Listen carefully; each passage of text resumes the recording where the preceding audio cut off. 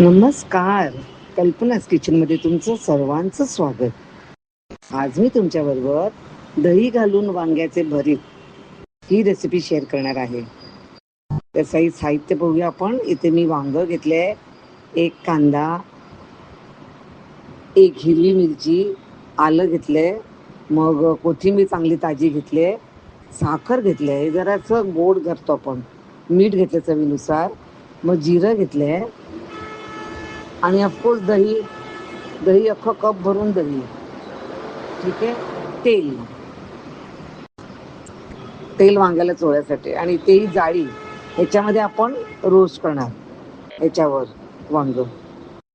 तर आता मी वांग्याला बघा ते तेल चोळते. हे एवढंच तेल आपल्याला या भाजीला लागते आणि गॅसवर ते शिजत ठेवायचं. एक चांगले 15-20 मिनटं लागतात ते अख्खं शिजून घ्यायला. बघा दिसायला लागलं ना, ते ओपन व्हायला लागले. तोपर्यंत आपण आता इकडे दही घेऊया. दही 1 कप अख्खं घेतलं मी. त्यात साखर घातल्या आणि नीट मिक्स करून ते बाजूला करून ठेवते मी. तोपर्यंत ते आपली साखर मेल्ट होईल.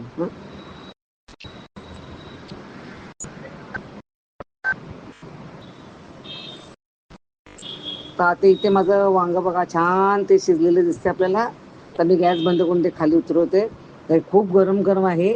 मी बहुतेक वेळा काय करते, मी ते हे करून ठेवते आणि थंड झाल्यावर हातानेच सोलते. पण आज ते एकदमच गरम आहे म्हणून मी चमच्यानेच काढते आज. हां. आणि हे पल्प सगळा मी ते घेऊन सगळा पल्प त्या काढला, साल टाकून दिलं ऑफकोर्स. आणि आता ते दह्यामध्ये सगळं ते वांग घालते मी. खूपच टेस्टी होते ही भाजी. तुम्ही तर वांग म्हणजे माझं फेवरेटच आहे आणि मी तुम्हाला कितीतरी मी वांग्याच्या भरीतचे रेसिपी शेअर केले आहे. म्हणजे वांग आणि आमच्या पाठेमध्ये ते नारळाच्या दुधाबरोबर, मग नॉटचं टोमॅटो आणि कांदा, असे मी वांग्याचे खूप मला रेसिपी शेअर केलेले आहेत. इकडे मी जिरं होतं ना, ते चांगलं भाजलं आणि ते कुटून घेतलं. त्यानी चव अजून वाढते. ठीक आहे. आता तिकडे आलं आहे ते मी बारीक खिसून घेतले, मिरची घेतली आणि कोथिंबीर.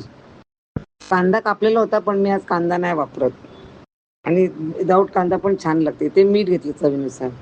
आता हे परत सगळं नीट एकजीव करा. खूपच तुम्हाला आवडेल ही भाजी.